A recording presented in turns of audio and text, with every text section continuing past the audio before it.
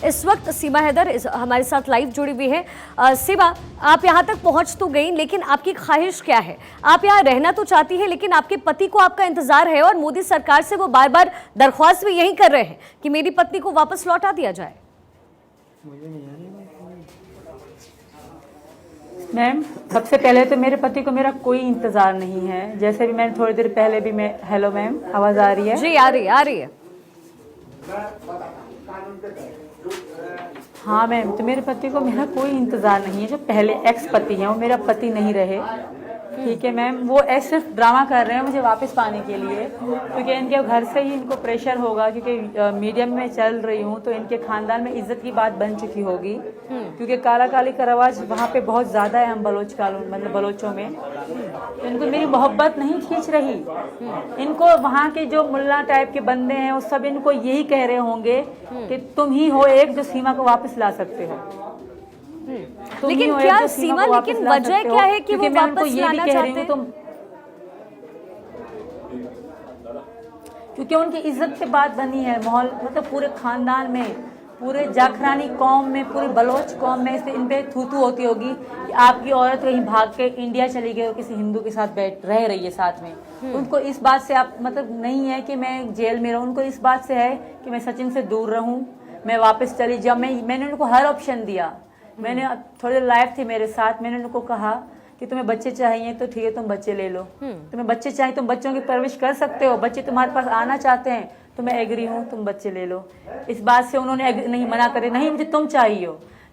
फिर मुझे कहते हैं कि तुम मुझे डिवोर्स लेके जाती तो और बात थी। तो मैंने कहा मैं तुमसे अब डिवोर्स लूंगी।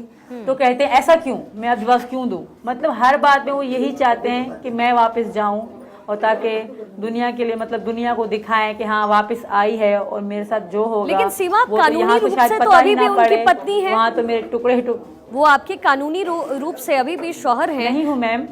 लेकिन आपने कहा आपने डिवोर्स नहीं लिया है, तो कानून तो यही कहता है ये पाकिस्तान का हो या हिंदुस्तान का। मैंने लिए मैम आप अगर मैं पाकिस्तान से आई हूँ तो मुझे वहाँ के रूल का पता है। 3 तलाक वहाँ पे चल रही है, 6 महीने साथ न रहना ये भी तलाक मानी जाती है। अब मतलब सब मेरे खिलाफ हैं, यहाँ वहाँ के मुल्ला जो सो भी हैं सब मेरे खिलाफ हैं, तो वो मेरे बारे में बात नहीं करेंगे। पर यही चलता आया है, 3 तलाक पाकिस्तान में आज भी चल रहा है। और दूसरी बात, 6 महीने रिलेशन में ना रहने पे भी वाइफ हस्बैंड का डिवोर्स हो जाता है। धर्म चेंज करा है मैंने, अब मैं उस निकाह को तो मैं मानती भी नहीं हूँ। मैं अब हिंदू धर्म से हूँ तो मैं उस निकाह को नहीं मानती। तो मैं हैदर से रिक्वेस्ट भी कर रही थी कि अगर मुझसे वो इतनी मोहब्बत करता है तो मेरी खुशी में खुश रहे। मैं सचिन के साथ बहुत ज्यादा खुश हूँ, तो प्लीज मैं हैदर से भी रिक्वेस्ट करूंगी। यानी सीमा, आपने हिंदू धर्म अपना लिया है, लेकिन आप ये जानती है ना कि आप बिना वीजा के भारत पहुंची हैं, तो कानूनी रूप से इससे अपराध हिंदुस्तान में भी माना जाता है या किसी भी देश में? बिल्कुल मैम, माना जाता है। मैं जानती हूँ, ये मैं मानती भी हूँ। मुझे यहाँ की जेल कबूल है, जो मुझे यहाँ की सरकार सजा देगी मुझे स्वीकार है, पर मैं वापस नहीं जाऊँगी।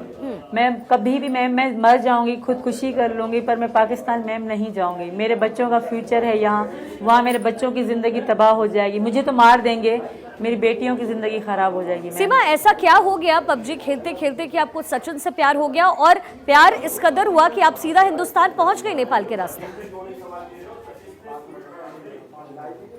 मैंने बहुत चाहती हूँ, क्योंकि मैं अकेली रहती थी। हैदर जो अब ड्रामे कर रहे हैं, इन्होंने मेरी कोई रिस्पेक्ट नहीं करी। मानती हूँ पैसे देते थे बच्चों के लिए, पर कभी मेरी इज्जत नहीं करी, कभी मुझसे अच्छे से बात नहीं करी। लड़ाई हमें ज़्यादा होती थी, क्योंकि मैं रिश्ते को चलाना चाह रही थी। ये बहुत ही अलग टाइप का बंदा है, इनके पहले भी शादी हो चुकी है, 2 बच्चे हैं इनके, और जो अभी वो एजुकेशन भी नहीं है। उनकी उम्र तकरीबन 12 से 13 साल होगी, पर उनमें कोई पढ़ाई या एजुकेशन नहीं है। कभी उन्होंने स्कूल का चेहरा भी नहीं, मुंह भी नहीं देखा कि स्कूल होता क्या है।